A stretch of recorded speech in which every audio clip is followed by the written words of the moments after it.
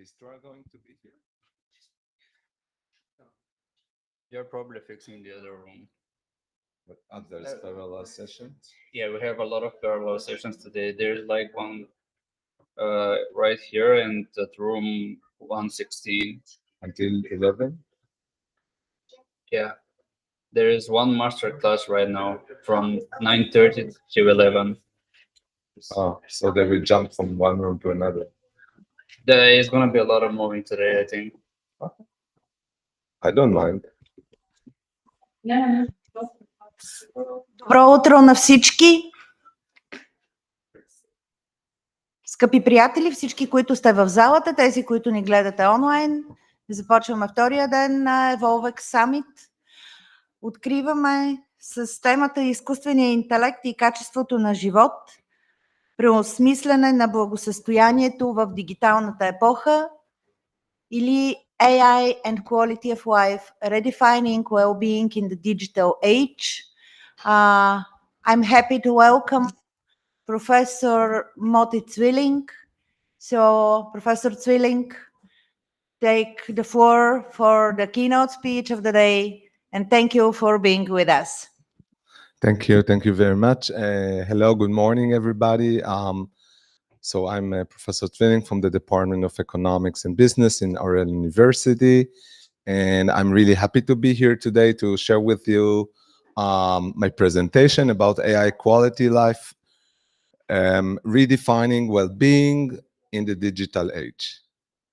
So a little bit about me, just to give you a glimpse. So now I'm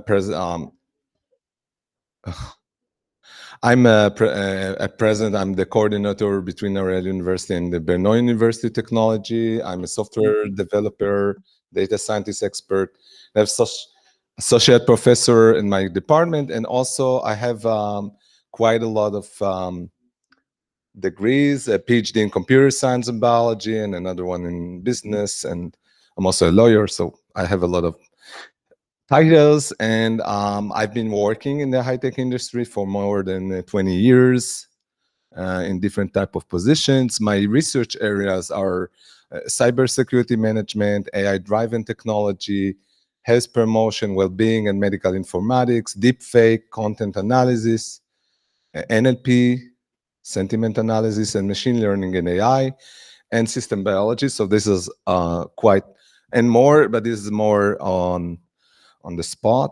I will try to give you some, taste in the morning about AI in medicine, because most of my presentation will be focused on health and medicine. So let's see some possible applications and potentials. Before you move to the movie, just to say, I think that all the pictures, except those that have sources, were made by ChatGPT, were made by AI, because of all the kinds of intellectual properties. So as a lawyer, I wanted to be very keen on that. Okay, so let's see some taste about this.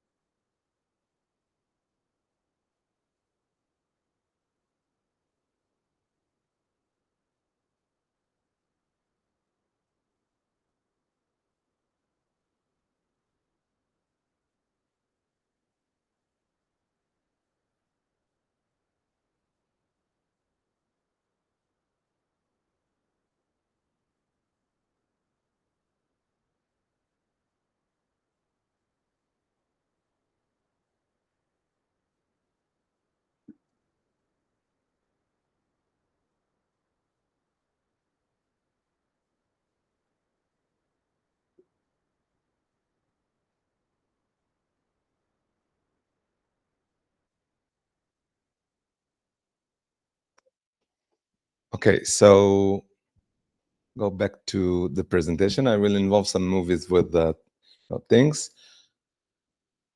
Oh, okay, I will try to.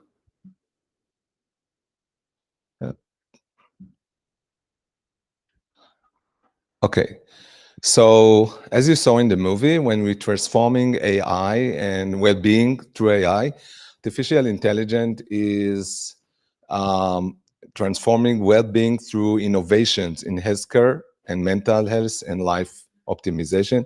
And the presentation highlights the key medical aspects of AI and try to show you some risk, like cybersecurity risk in medicine and what AI can bring into the medicine and the health informatics data, which is kind of a, I mean, very interesting and hot topic now, especially in research, because my presentation basically, focused on research. And you can see here, for example, an article about integrated artificial intelligence into healthcare system more than just an algorithm. So not just developing algorithm, we have to understand how to use the data wisely, how to interpret the data, and all kind of things with machines that will help doctor to get better ideas. But there are some benefits, as you see here. We want to enhance diagnostics. So, doctors will be able to enable highly accurate analysis of medical images. We want personal treatment, like machines, models will try to better treat us with improved clinical outcomes. And important also is improved patient care. We would like virtual health assistants powered by AI to provide continuous support and enhancing patient engagement and satisfaction. The next area of medicine, if we look for the next area leveraging AI with smarter healthcare, is to use predictive analytics. So to identify at a risk population for early intervention, also to virtualize, to virtual health assistants like enhanced patient communication, and also AI-driven drug discovery to accelerate and reduce the cost of new treatments. This is especially important when we discuss about, aging, and aging requires more medications, more approved medication and drugs for healthy life. When you look on the trends through the years of AI trends in healthcare, you see that on 2021, AI adoption in healthcare saw a notable rise with many hospitals implementing AI-driven diagnosis. Okay, through the years, you see that machine learning became more and more prudent and more sophisticated to enhance predictive analytics for patient outcomes. If you go down, you see that there are also regulatory frameworks that started to be established to balance AI benefits with ethical consideration like privacy and risk management of data. So to show you another video about how AI is revolutioning medicine, we'll move now to another video. I'll show you not all of it, but maybe 3 minutes just to show you some aspects that you can take home and think about it, how it changes our life.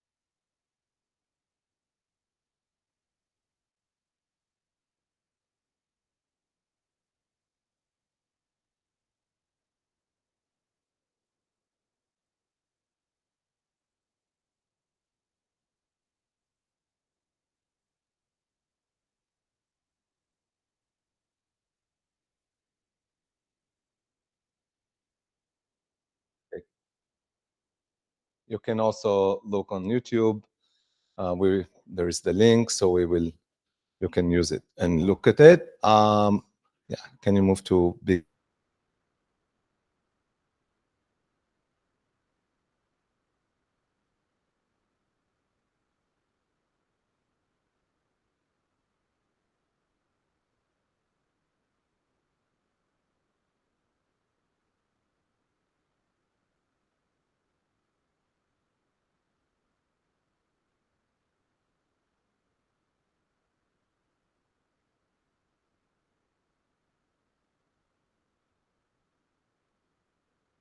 AI brings also risks, okay, like deepfake. Are we talking with the doctor that we should discuss with? And also cyber threats to data, to medical data and to personal data. And ensuring we need to ensure safety requires balancing between innovation and strong protection of the data. So AI poses risks such as deepfake, misinformation, cyber vulnerabilities that threaten the sensitive patient data and underscoring the need for strong security measures. So what we did, we tried to see in different studies how people know without the connection first to clinical data, what is the awareness of subject to deepfake and AI. And as you see here, we would like to see what is how we can empower the ethical AI in healthcare. So we made some experiments just to those that don't know what is deepfake. Deepfake is the creation and manipulation of videos, images, or audio recording using AI machine learning to convince someone doing or saying things that never did. And it's a term. It's a term created to by combining deep learning, a subset of machine learning, and fake. And it raises a lot of concern about among subjects, among the community, due to the potential misuse, which including creating fake news, defaming individuals, manipulating discourse, and facilitating identity theft. So let's see something which might be interesting. I don't know if you know this. This is a picture of a lady which does not exist at all. Okay, it was generated by generative AI, and there is a site called "This Person Does Not Exist." You can see it here, and we can generate images like you can make like male, okay, around 26, okay, Indian, and it provides you the image, okay. So this was random face generator by this site. Okay, can we move back to the slide? Yeah. Now I'm stuck. I'm not being able. Okay. Just to show you some examples. Okay. What is deepfake? So we can see here, for example, from the paper of Korshunova et al. From 2017, she published this images of Bill Clinton with face swap, and you can see here the result of, you know, the actor. Some of you maybe know him, American actor. This is another example of face morphing from 2020 by Venkesh et al. You can see here how we actually contributing subject one, morph it, and get another identity. So what we did in our study, we had three studies in the lab, and it's a joint work with the Brno University in the Czech Republic. The first step was to assess methods and tools to understand whether people are aware of deepfake and can distinguish between different type of synthetic voice. Okay, we wanted to look on voice phishing, what is called phishing, not phishing, which is email. Phishing is voice and phishing, and to see also the psychological and behavioral traits of people in relation to deep fake decision and observation. This is the model. Okay, it's a very simple one. We created a voice deepfake and authentic files.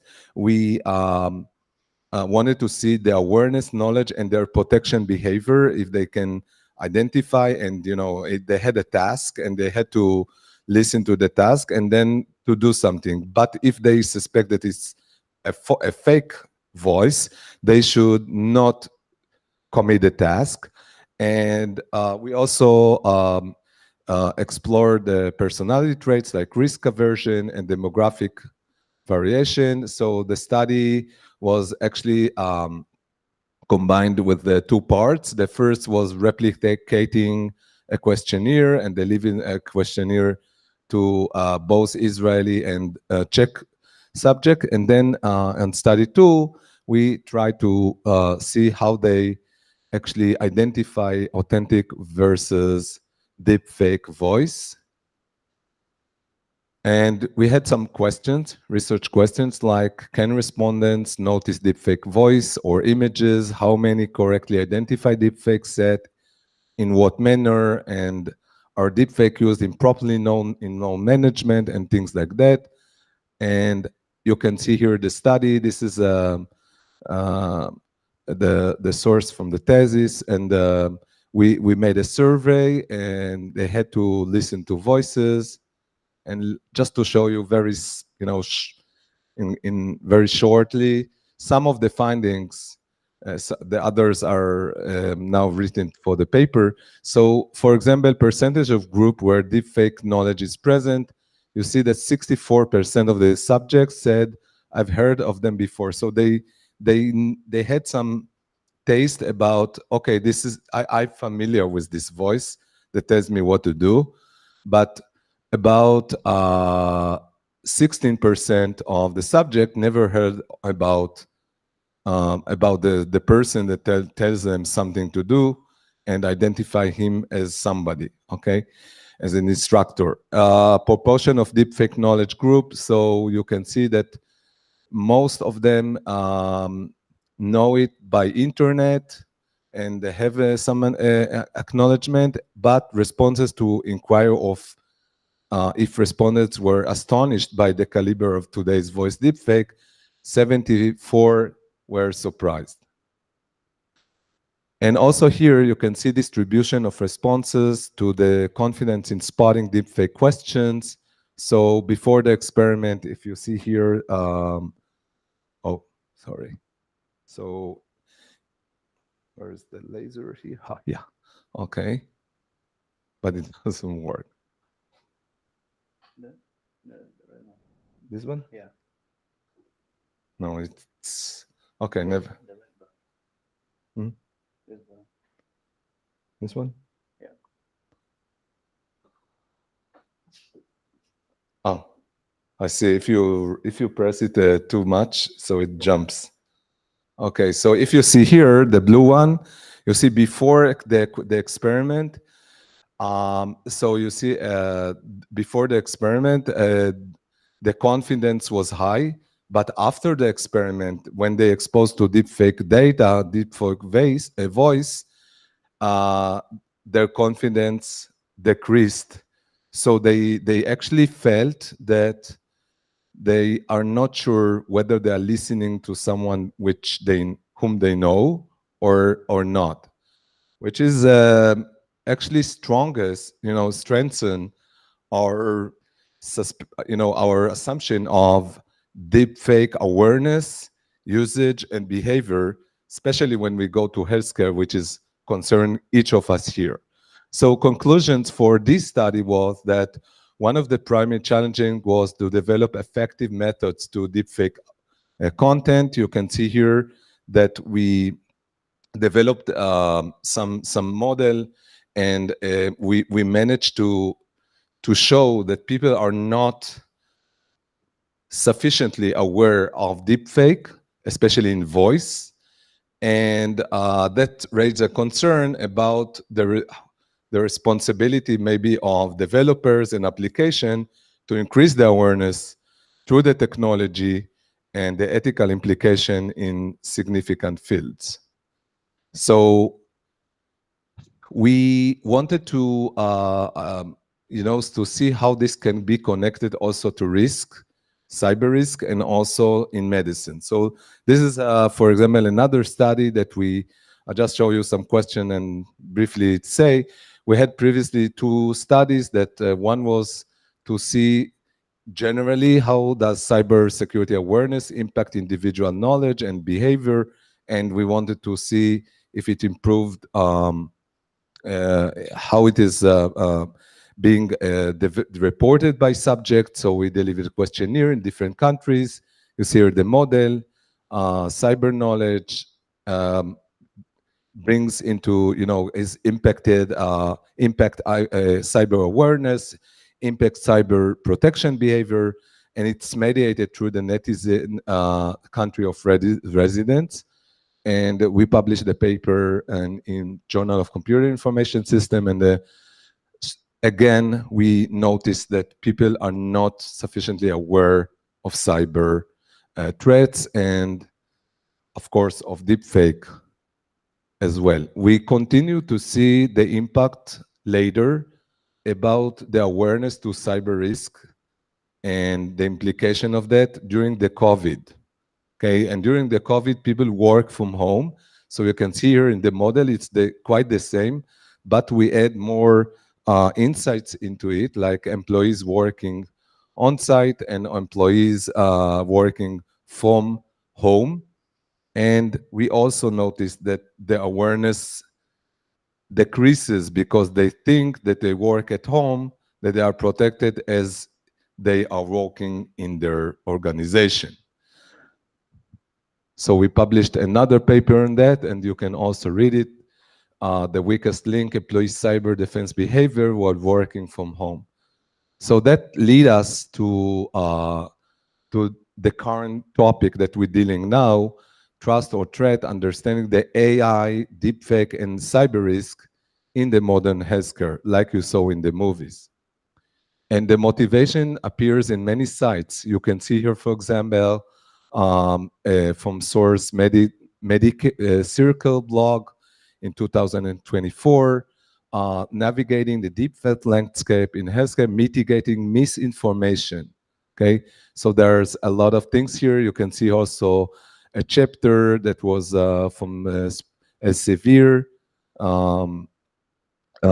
published in 2023 by Chandrapa, about combating deepfake by the power of artificial intelligence. You can see here, for example, just he brings it in the paper. You see original medical data and a attacker that attacks the healthcare information system, and finally the doctor, the medical practitioner, might look on fake data and get into different decisions. Okay, so this is also something that occurs in very hot spot. And as you saw, also generative AI and deepfake are fooling health misinformation. And there are a lot of examples you can see here, like you cannot insure against deepfake, but you can prevent them. Okay, and there are a lot of companies like this company, higher quality patients, more opportunity for responsibility of using data, and they develop products for that. So what we did in the current study, we wanted to see if we can, let's say, try to explore the different aspects of using technology and AI in the medical arena, and to explore different type of things. The first is to see if cybersecurity is essential to protect sensitive medical data and how much is it taken care of. Second thing is digital tools often expose system to vulnerability. So we want to know if, for example, doctors and treatments are aware of vulnerabilities of different type of tools, and they take precautions, okay, like not deliver data, not taking data from one system to another, if they have any awareness of this. And AI enhances also diagnostic and care, but raises serious ethical and security risk, and so on. So it affects the deepfake also, not just the cyber.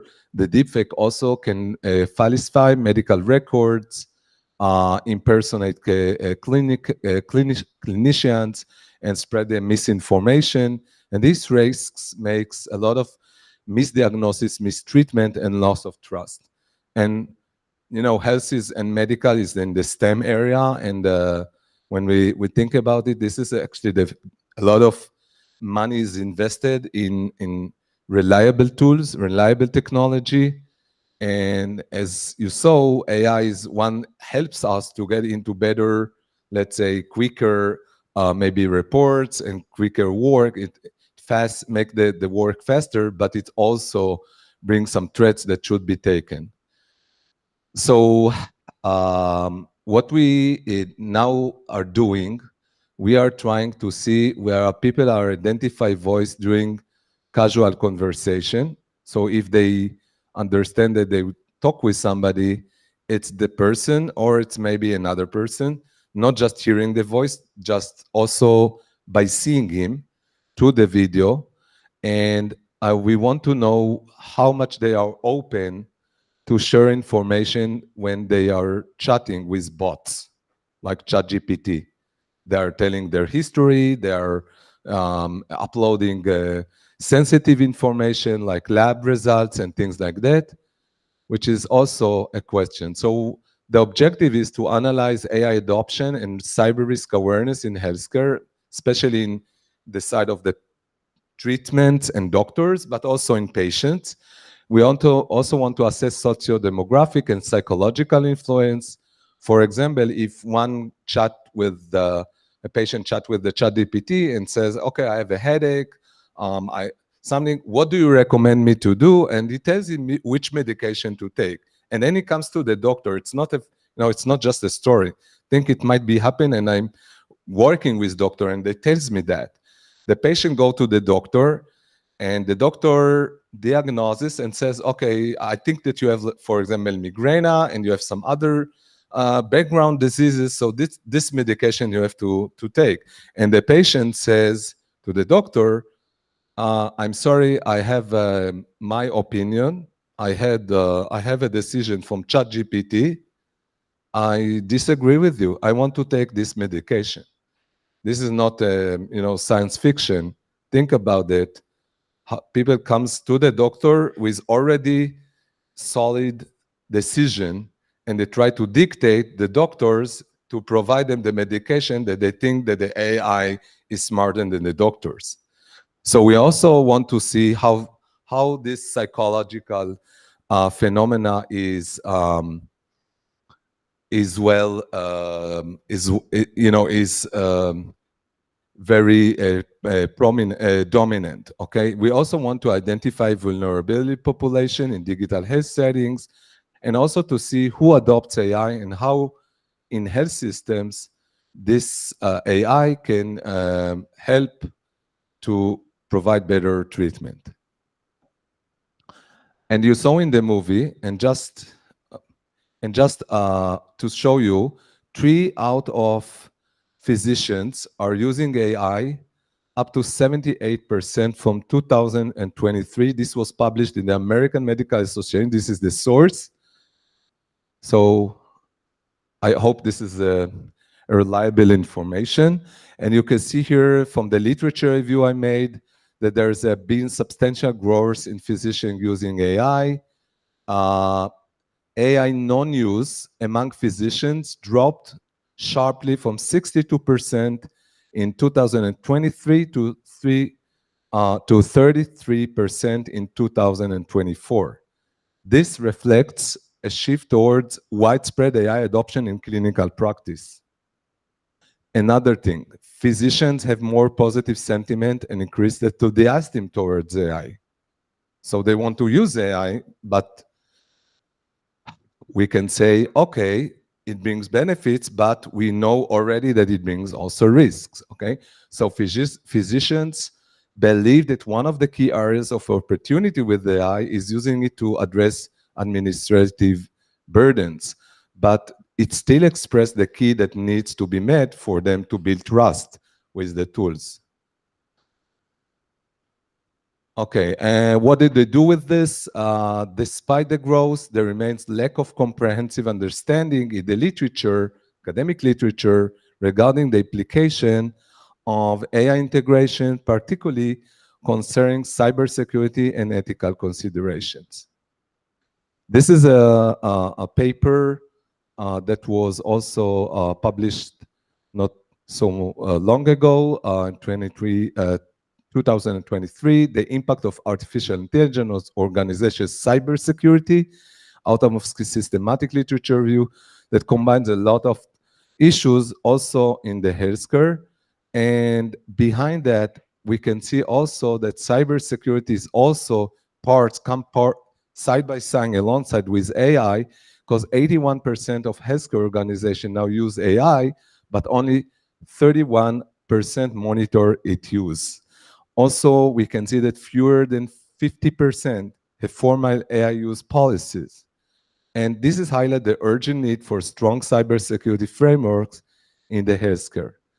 Now, this is like, you can see here, an internet company that it says from 2004, deepfake threatening healthcare services. You can see here in the site, if you go to Vida, this is the source.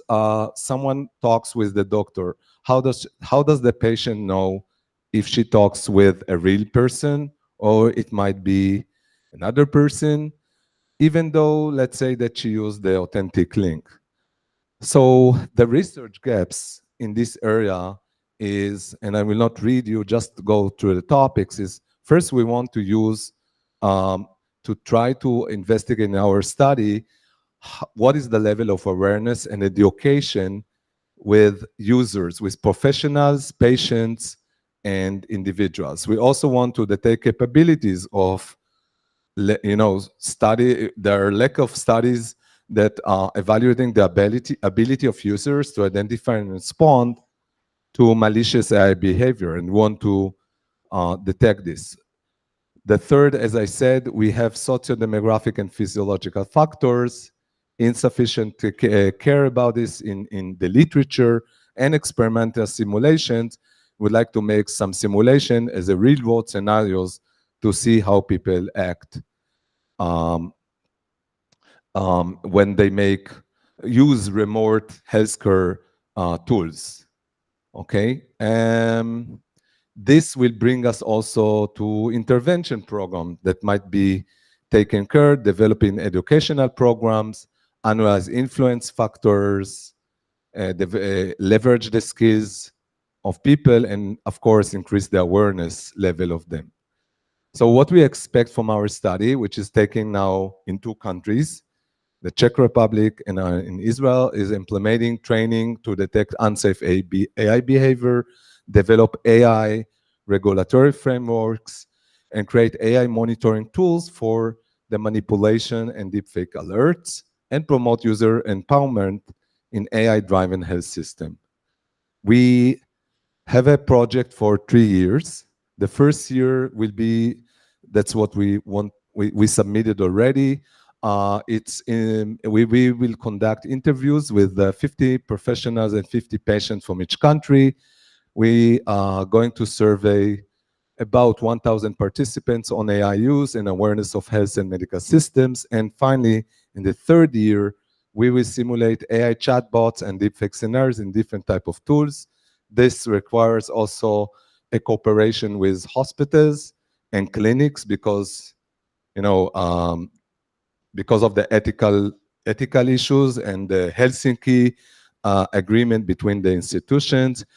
We are now working on submitting the research to another grant because this is a small project, and now we want to extend it to another project, external one. So this is called Sigma, Czech-Israeli call for proposal of joint R&D projects.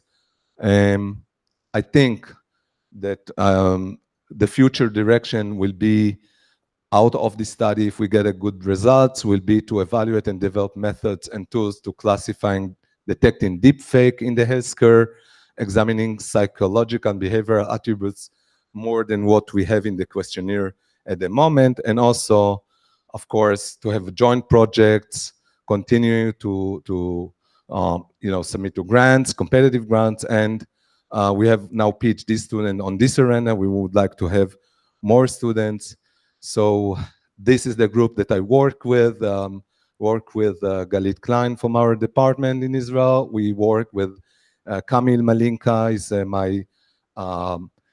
my partner in the Czech Republic, the group of security, and Peter Hanicek is the dean, and also Anton Fink is the PhD that already finished and is now going to postdoc probably in the United States. And before I thank you for the attention, and I think it was 40 minutes, so I'm good with the time. I just wanted to say that this is also an opportunity to your country to participate in such a project, because we already have the facilities, we already have the materials, and I think it will be very nice also to, like we did in the first study with the netizens.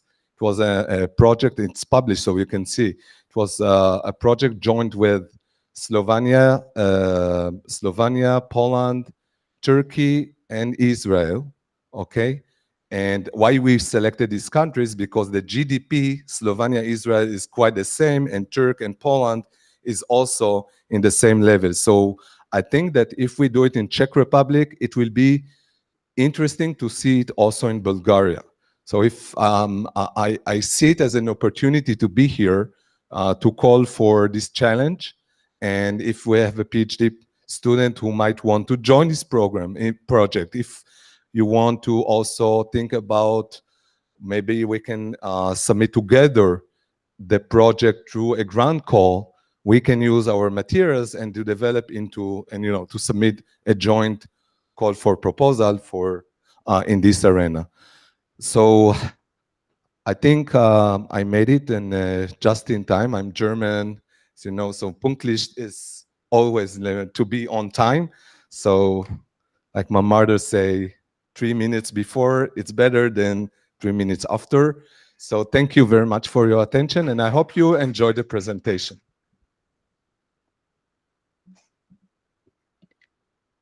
So if you have some questions, I would be gladly to answer. I do. I'm just waiting to see if the others. Yeah. Somebody else wants to jump Okay. in.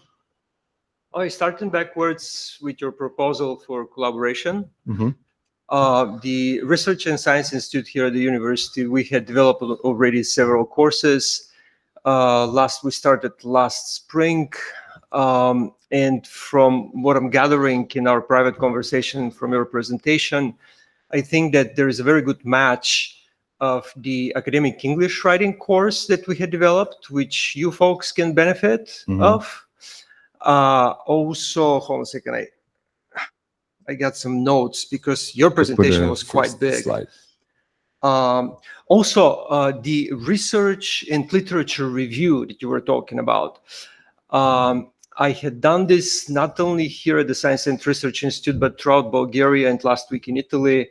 And I think your medical workers can benefit of it definitely, because what I'm doing is I am not jumping straight to AI enhanced research, but I'm running parallel traditional research compared to AI enhanced research.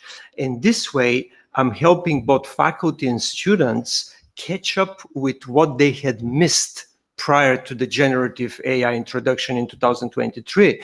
Because with all due respect to the faculty here, but librarians don't have the opportunity to do a very good job helping faculty figure out how to do a thorough research. I know that the trainees colleagues, they published a lot of systematic literature reviews, which is very admirable, but it's still, I can see gaps in the ability of faculty, of academic workers to do good research. And for me, it's very important to have this foundational, old-fashioned, traditional research before we start using AI, because AI does not only enhance research, but puts a slant that makes it very new, very different. And in that sense, I think we can collaborate. Okay, thank you. We'll discuss it later. It sounds really awesome. Great. Thank you for. Otherwise, fascinating. The research is fascinating. I have millions of other questions, but I don't want to monopolize the conversation, so I'll leave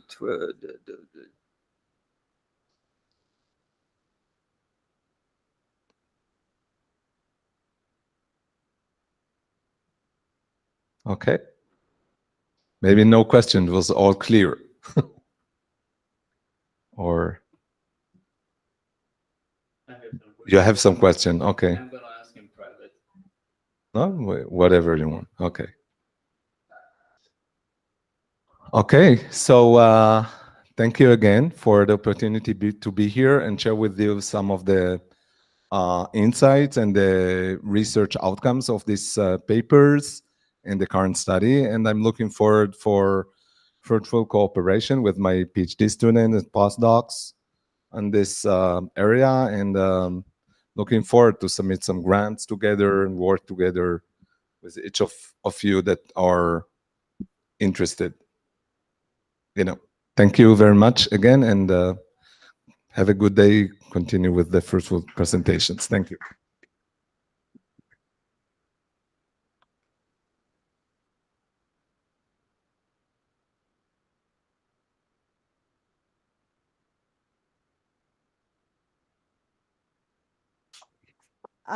Once again, thank you, Professor Zwilling. Now we have a special visit with you, with the City Governor.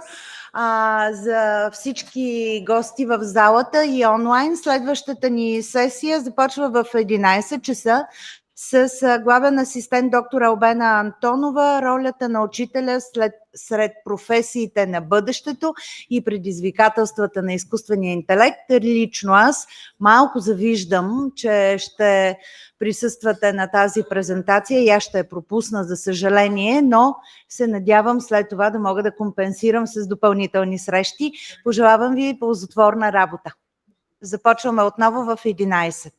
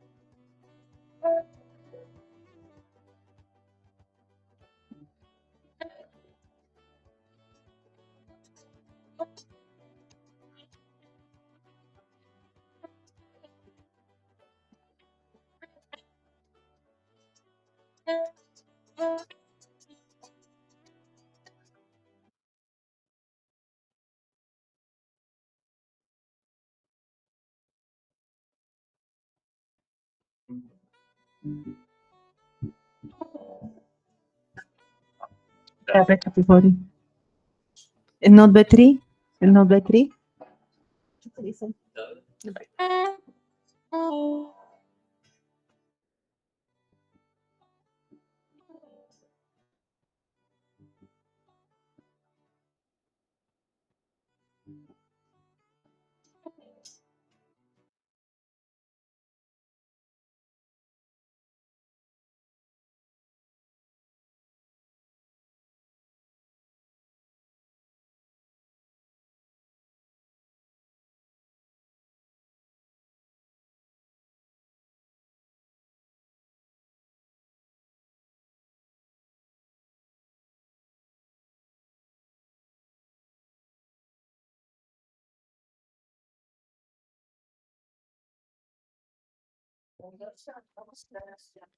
В 11 часа мисля, че може да започваме.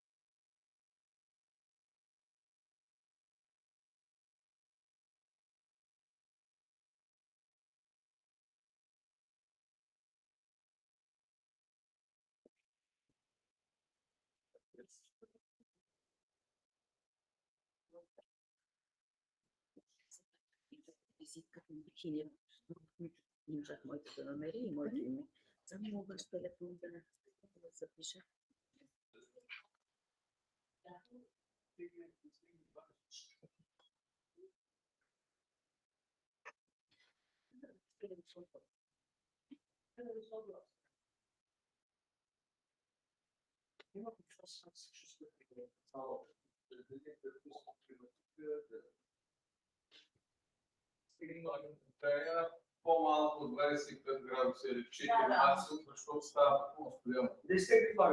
Да. Абсолютно нас не предстои международна форма.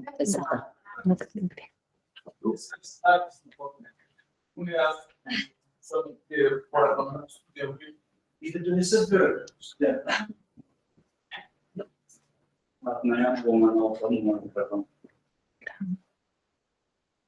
Ами,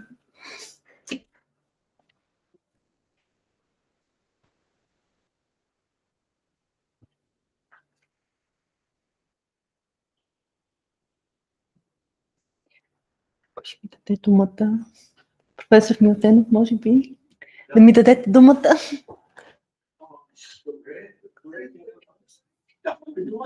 Добре, благодаря. Така, здравейте, колеги! Изключително ми е приятно да съм днес сред вас, особено с любезната покана на професор Милтенов и на професор Василева. Днес темата към вас, към мен, към всички, към нашето общество като цяло е малко или много провокативна. Какво се случва с изкуствения интелект и какво се случва от гледна точка на учителите, на преподавателите, на университетите? Какво ще се случи в нашето общество? Ще се опитам да ви провокирам първо с една кратка презентация. Ще се опитам малко по-скоро да е кратка и после с една дискусия съвместно с колегите от Икономическия университет във Варна. Ще разгледаме различни аспекти на темата образованието, учителите, училищата и как можем да си представим училището на бъдещето. Така. Ролята на учителите сред професията на бъдещето, това е моята тема. И първо да си кажем, преди да започнем с бъдещето, да си кажем каква е ролята на учителите в нашите очи, според различните заинтересовани страни в целия процес на обучението. Тук има какво смятат нашите приятели, че правим, какво смятат нашите родители, че правим, какво смятат обществото, че ние правим като учители, като преподаватели.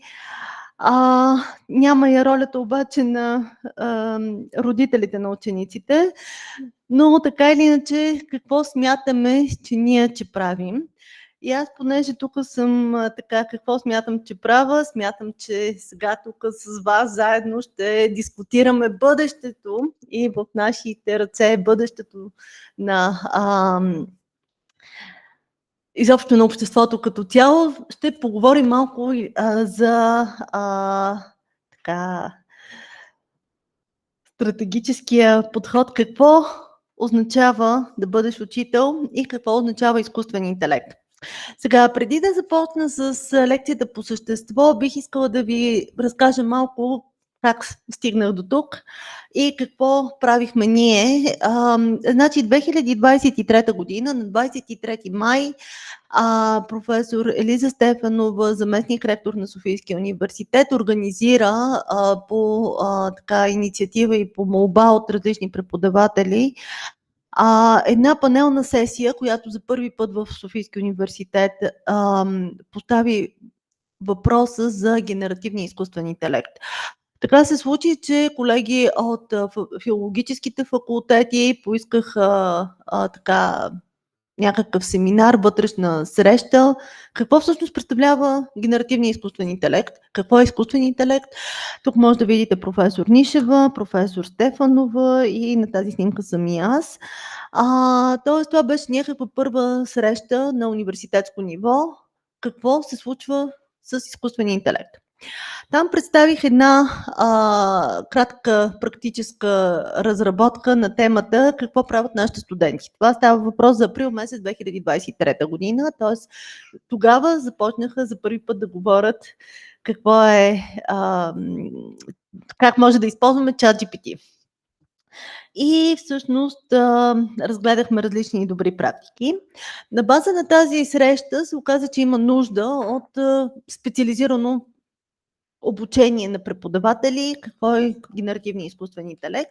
И аз бях лектор на две такива групи септември месец 2023 година по проект Модерна за вътрешно обучение на преподаватели в Софийския университет. И преди да започна с тази, докато се подготвях за това обучение, написах кратка статия като различни дизайн на обучение за университетски преподаватели, какво е това генеративен изкуствен интелект и как можем да обучим университетските преподаватели за най-важните елементи на генеративния изкуствен интелект. 2024 година участвах в няколко панела с учители, с преподаватели, онлайн, офлайн. През април месец наживо в факултета по математика и информатика, организиран с РУО София, съвместно с Центъра за професионална квалификация на педагогическите специалисти в Банкия. Участвах в вебинар също миналия април по един от нашите проекти в мрежата Transform for Europe, пък коментирахме AI инструменти в практиката за колеги от университетите. 2024 година в ноември и декември месец, тук съм ги сложила като дати, от 4 ноември до 22 ноември и после втора група от 9 декември до 19 декември. Организирахме също така интензивни курсове за преподаватели за използване на генеративния изкуствен интелект в преподаването, ученето, изследователската дейност в университетите, както и за административни дейности в университетите. И всъщност това, което сега се случи е, че подадахме документи. Всъщност този семестър, който днеска завършва, всъщност при нас семестър завършва днес, успях да направя първа група с студенти бакалавърско ниво за инструменти с генеративен изкуствен интелект за преподаване и учене. Той завършва днеска курс и всъщност това е малко предистория. И така, като говорим за ролята на учителите, изкуствения интелект, докато си мислих какво и как да коментирам с вас днес, реших да покажа това една кратка анкета в рамките на всяка от тези обучения. Така се опитвам да правя някакви анкети. Доколко сте съгласни с следните твърдения? Тази анкета е попълнена от 18 човека или 15 човека, около 15 човека. Доколко сте съгласни с следните твърдения и виждате, че огромната част от колегите преподавателите са изключително напълно съгласни с твърдението, че преподавателите трябва да познават силните и слаби страни на изкуствения интелект. Интересно е, че тук виждате на второ място отговора. Студентите трябва да могат да използват изкуствен интелект за професионални цели. Преподавателите трябва да могат да използват изкуствен интелект в работата си. И тук има един интересен елемент. Трябва да има общи правила за изкуствен интелект на ниво институция, МОН, Европейска комисия, т.е. отгоре надолу правила за изкуствен интелект. И колегите са на средата, доколко всеки преподавател трябва да може да определи свои правила за изкуствен интелект. Т.е. изкуственият интелект как ще го използваме в класната стая, дали е нашето решение, дали е решението отгоре надолу, дали е институционално решение. То все още не е много има различни коментари по въпроса. И сега, понеже започнахме с това, преподавателите трябва да познават силните и слаби страни на изкуствения интелект, реших да направя днешната кратка лекция в следния формат. На първо място, какво представлява изкуственият интелект, как работи и какво е важно да знаем за изкуствения интелект. Знам, че може би много от вас са запознати с темата, затова нека да покажа така. Ще се опитам да ви дам идеи как да представяте какво е изкуственият интелект пред вашите студенти и ученици. Тоест, ние все повече трябва да представяме какво представлява изкуственият интелект. Затова, понеже различни подходи, определения, неща съм виждала, ви предлагам една гледна точка. Тоест, не толкова, че нещо ново, може би ще се повторя с много от колегите, които днес и вчера коментираха, но все пак да помислим как да го представим този изкуствен интелект. Защото в голяма част от изказванията, от коментарите, от разбирането в публиката е все още, че изкуственият интелект е нещо като магия в кутия. Аз така харесвам тази аналогия. Изведнъж се случва някаква магия, компютъра разбира какво мислим, разбира какво го питаме и ни отговаря по магичен начин на нашите въпроси. И сега, какво представлява изкуственият интелект? Вчера няколко пъти стана ясно, че няма определение за изкуствен интелект. Всъщност има определение за изкуствен интелект. Има множество, разбира се, концепции, но това, което видях и аз даже вчера се изненадах, на 6 февруари 2025 година Европейската комисия е дала официално определение какво е това изкуствен интелект. Може би знаете, че от миналия август има първия закон за изкуствен интелект на европейско ниво, AI Act, и всъщност е много важно от юридическа гледна точка да бъде определено много еднозначно какво означава изкуствен интелект.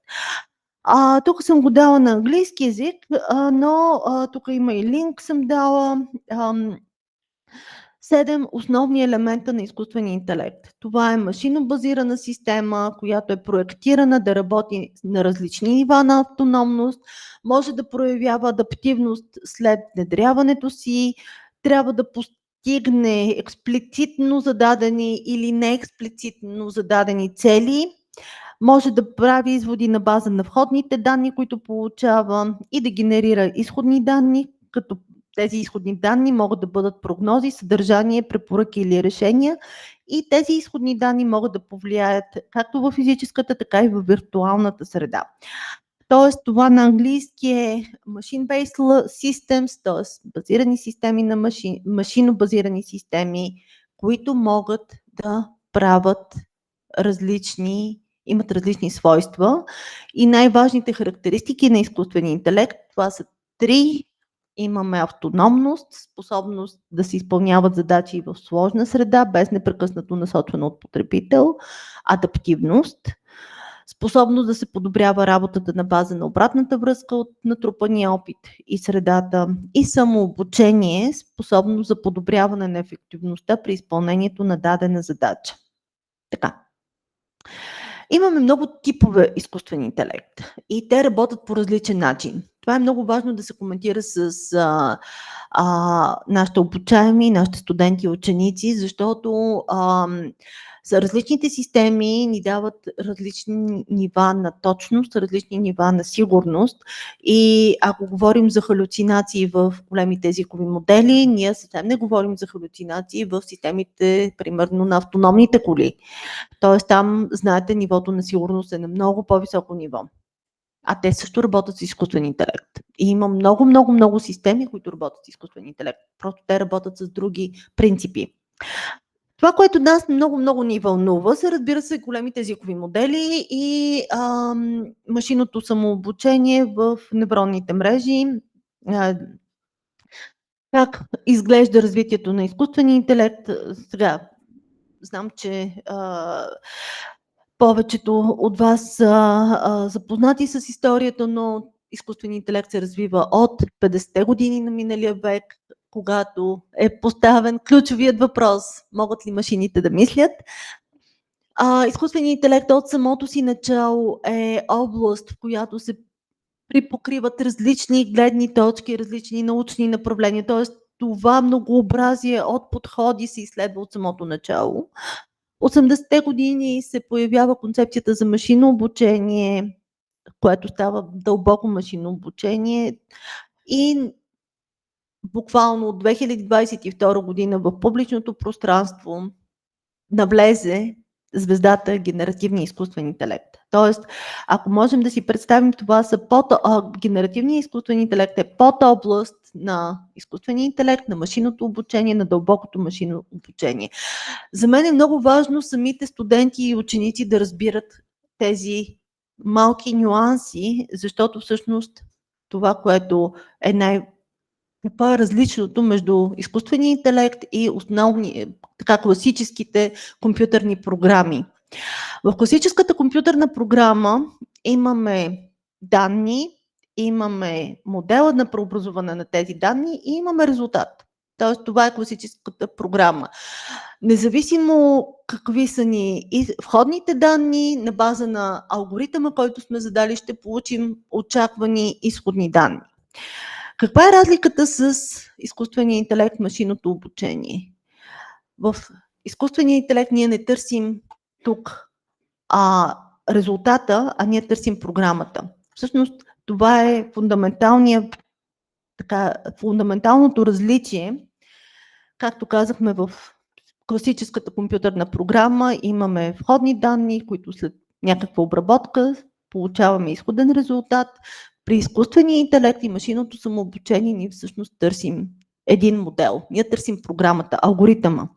Тоест, на база на входни данни и на база на очаквани изходни данни искаме да видим какъв е начинът, по който едни данни се преобразуват и получават даден резултат. Тоест, примерно това, което види човек, как го възприема, за да разбере какво е видял всъщност. И всъщност това, което ние получаваме с изкуствения интелект, се нарича модел. Модел, апроксимация на реалността.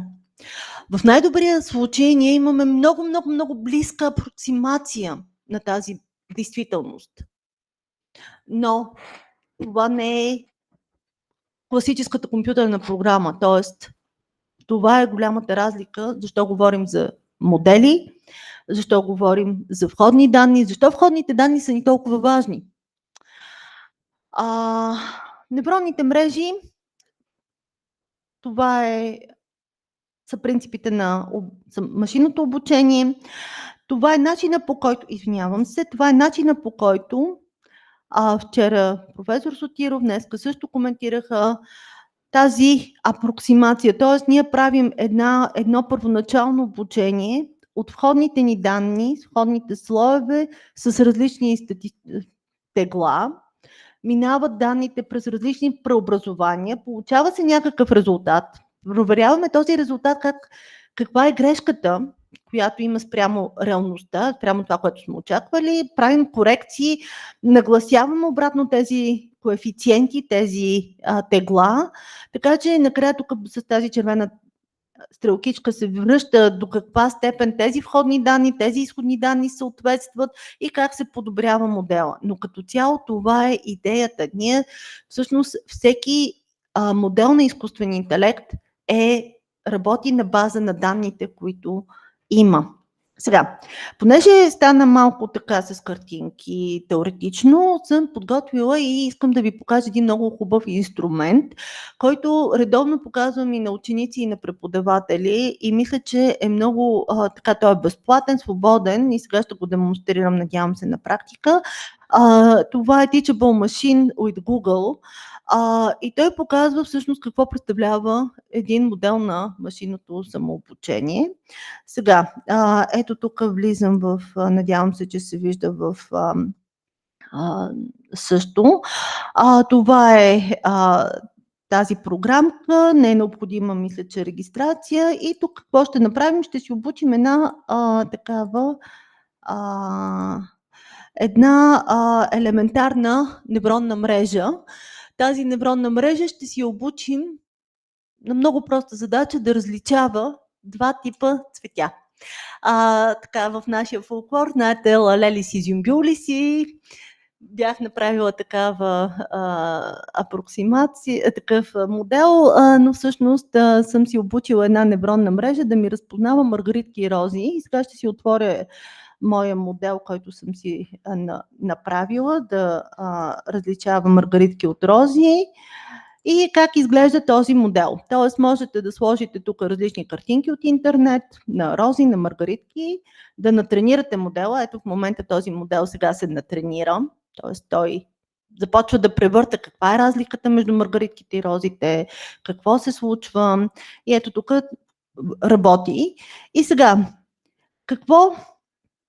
как работи изкуственият интелект модела ми? Сега ще му покажа една картинка и той ще разпознае какъв процент вероятност е маргаритка и какъв процент вероятност е роза.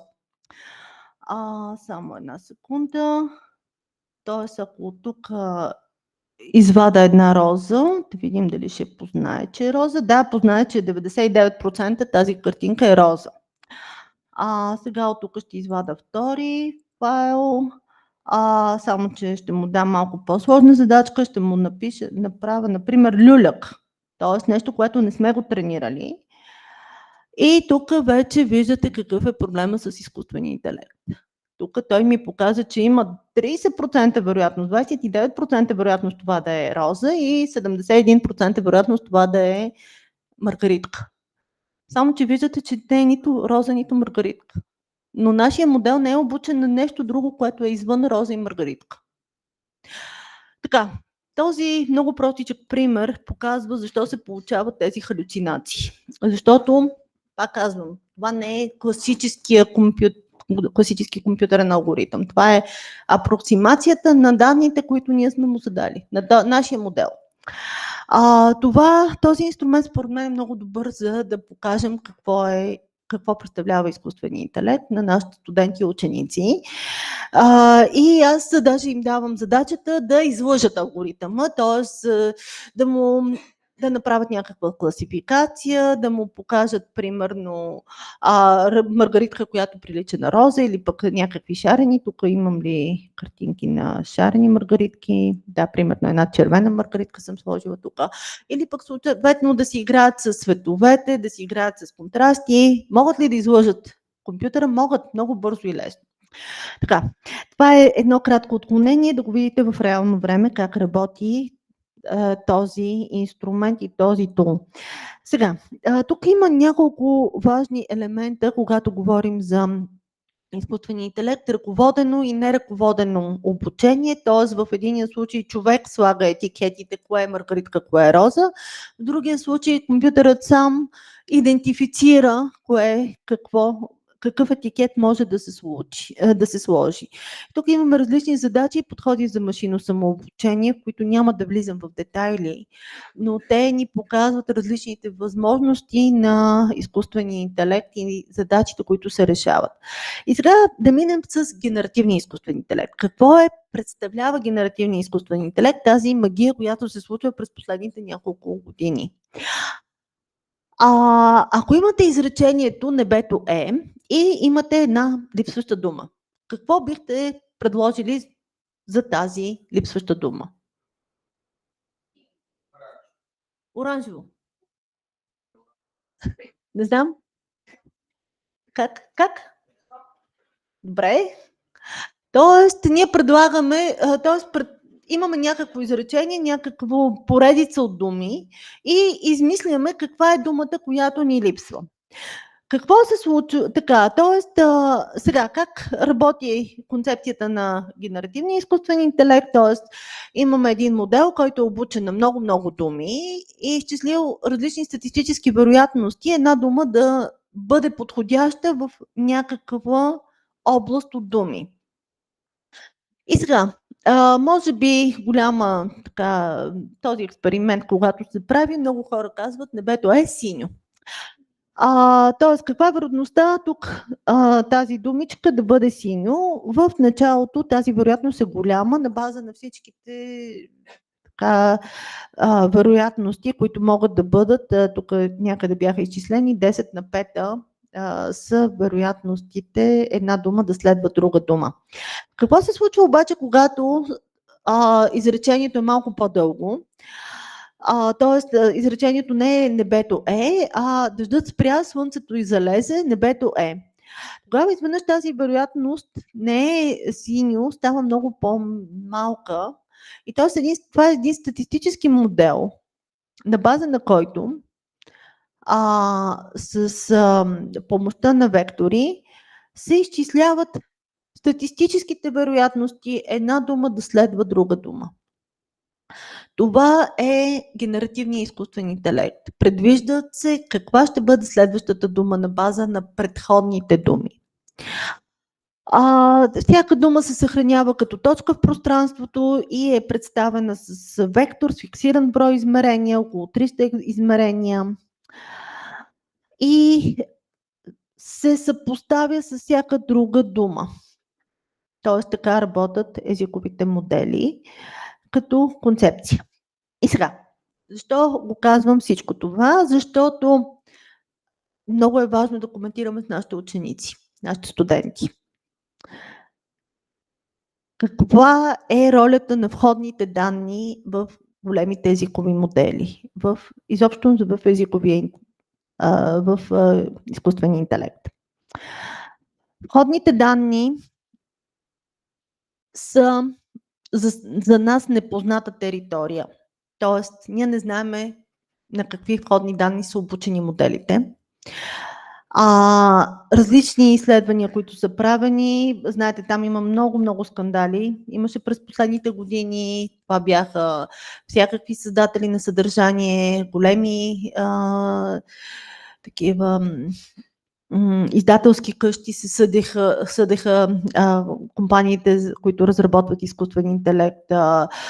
Те обясняваха, че тези модели са тренирани на авторски произведения с изтекли авторски права.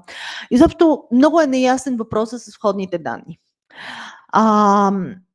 Между прочим, първоначалната изследователска задача при разработването на тези езикови модели това са били задачи свързани с превод. Тоест как да подобрим превода от един език на друг език. Това е първоначалната задача, след което се вижда, че има много повече приложения и се получават тези елементи. И сега, тук няколко важни въпроса за изкуствен интелект. На първо място казахме върху какви данни са обучени моделите, какви задачи можем да решаваме с тези модели. Можем ли с тези модели да решаваме задачи свързани с програмиране? Оказва се, че може, защото програмирането представлява някаква поредица от данни, от думи, от символи, които могат да имат статистически вероятности. Обаче могат ли да решават задачи? Математически задачи? Оказва се, че не в този вид, в който ние очакваме да се решават математическите задачи. Тоест тук ни трябват други алгоритми, други подходи, други елементи. Защо изкуственият интелект е важен? Защото той е фундаментално различна технология, която ще промени всичко. И какво предстои, как можем да се подготвим? Сега, тук е една малка закачка върху какви данни са обучени моделите. Проблемът е, че ние нямаме ясно разбиране за много от нещата. Тоест, всеки има своята гледна точка и не е много ясно каква е истината, и това всъщност е плурализма, да имаме много мнения, много гледни точки, много различни концепции. Една много интересна статия, която съм дала като линк от декември 2024 година, е върху какви данни са обучени моделите. Този въпрос живо ме интересува и следа тази дискусия. Към момента това е единственото, към което съм попаднала. Виждате, това са набори от данни. Огромна част от моделите са обучени от огромна част от данни, които идват. Това са набори от данни, които идват от Америка. Тоест, данните не само, че 90% са на английски, т.е. вие го питате на български, той си говори на български, но всъщност той превежда. Той превежда на английски това, което вие го търсите, после резултата го превежда обратно на български. Тоест, той не работи на български език, той е чужд език. И другото, което е, че тези данни представят една определена гледна точка, която не е българската гледна точка. Сега, това има много различни последствия. Какво предстои, как можем да се подготвим, като говорим за учители, като говорим за бъдещето. Все повече знаете, че изкуственият интелект се отразява на пазара на труда, все повече се коментират различни гледни точки, доколко дадена професия ще се промени или ще изчезне. Интересно е да кажем, че има опасност ролята на изкуствения интелект в образованието да не е толкова, в смисъл в момента, знаете, един от големите дебати, може би всеки втори или всеки преподавател се вълнува от темата до каква степен студентите са измислили сами, са направили сами своите изпити или съответно са генерирали някакво съдържание. Това е едно интересно изследване от Антропик. Това е един модел Клод, който е изключително популярен в Америка и е много добър, между прочим. Ако не сте го пробвали, изпробвайте го, Клод AI. Този модел, те са изследвали изключително само заявки от студенти и се вижда, че 40% от заявките са свързани с генерирането на съдържание. Тоест, ако се сложи една класация на Блум, се вижда, че всъщност студентите имат склонност да аутсорсват, да предоставят на изкуствения интелект възможността да мисли вместо тях. И какво се случва, когато няма електричество или няма интернет? Може ли да имаме професионалисти, които са професионалисти само от 9 до 5, само професионалисти, които са професионалисти само когато имат, само когато имат интернет, професионалисти, когато имат достъп до изкуствен интелект? Какво се случва, когато изключат системите? Много е важно да говорим с студентите за това, защото един добър професионалист може да се справи с и без инструментите. Може би не е на най-доброто ниво, но той ще остане да бъде професионалист. Поне ние така сме свикнали да разглеждаме професионализма. Какво означава това за бъдещето? И не като да не се случва. Миналия месец и този месец Испания в момента е на гребена на вълната. Имаше, знаете, мащабно спиране на тока, имаше авария с мобилните мрежи интернет. Да, така. Друго важно нещо. В момента в обществото не се коментира и това е причината така толкова да се радвам да бъда тук. Трябва да коментираме в обществото какво е генеративният изкуствен интелект. Това е General Purpose Technology. Това е технология с общо предназначение, като електричеството, като компютрите, като интернет. Тоест, представете си, тези технологии променят фундаментално целия свят. Изкуственият интелект отговаря на трите критерия за такава технология и съответно въпросите, които предстоят. Света преди електричеството и след електричеството, света преди изкуствения интелект и след изкуствения интелект. До каква степен технологичният прогрес ще бъде равен на социален прогрес? До каква степен ползите, които се генерират от генеративния изкуствен интелект, ще бъдат разпределени в обществото?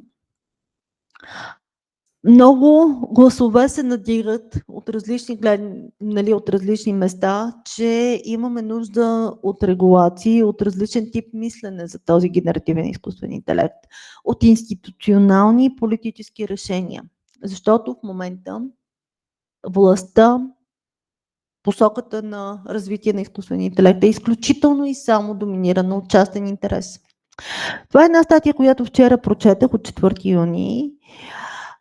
Знаете, в момента се дискутира темата за универсалния базов доход, като алтернатива какво ще правим, когато изкуственият интелект вземе нашите работни места.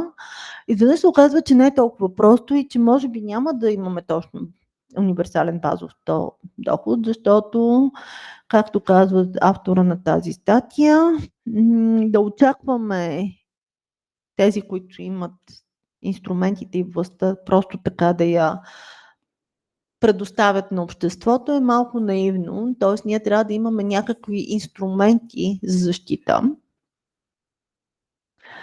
И тук е един друг въпрос. Изследванията как технологиите могат да допълват ролята на човека, а не да го изместват, не е приоритет на частния сектор. Тоест в момента компаниите, всички компании, които движат, всички инвеститори, които инвестират в изкуствен интелект, основната им цел е как да покажат, че технологиите могат да се справят без човек, без автоматизация и изместване на квалифицирания труд, а не намаляване на, така, как да кажем, допълването. Има различни изследвания, които показват, че след настъпването на индустриалната революция са били необходими близо 50 години, за да започнат да се увеличават заплатите на работническата класа. Знаете Зола, знаете Дикенс, знаете едни красиви истории от литературата. Дали ни предстои нещо подобно и колко дълго време ще продължи. И сега, стигнахме до ролята на учителите. Какво очакваме от учителите да правят? Много ми хареса тази картинка. Едно време ни казваха, ако не учите, ако не сте сериозни, ще свършите ниско така, квалифицирани работници, няма да имате доходи, няма да имате. Нека сменим перспективата. Нека да кажем на нашите студенти, на нашите ученици. Има много важни битки, които предстоят. Ако вие сте добри, вие може да промените света за всички. Това е различна перспектива. Учителят е този, който може би е в състояние да събуди мисленето, да събуди критичния поглед, да създаде атмосфера на доверие, на надежда. Това е много, може би, ключова дума, надеждата. Ние трябва да вярваме в едно добро бъдеще. Може би така виждате, че филмите за бъдещето са свързани с някакви антиутопии, апокалипсиси. Нека направим други филми, нека накараме децата да вярват в едно добро бъдеще. Нека да мечтаят за един друг начин, друг начин на мислене за бъдещето. Учителите са тези, които могат да подкрепят общността и от нашите учители днес зависи какъв свят ще живеем утре. Защото от учителите, от образователната система зависи да имаме бъдещите учители, бъдещите лекари, бъдещите преподаватели, бъдещите изследователи, физици, адвокати, архитекти и така нататък. Много ви благодаря за вниманието. Ще направим една кратка почивка от 5 минути, за да можем да продължим с една друга провокация с колегите от Варненския университет, да коментираме може ли да имаме училище без учители. Благодаря много за вниманието.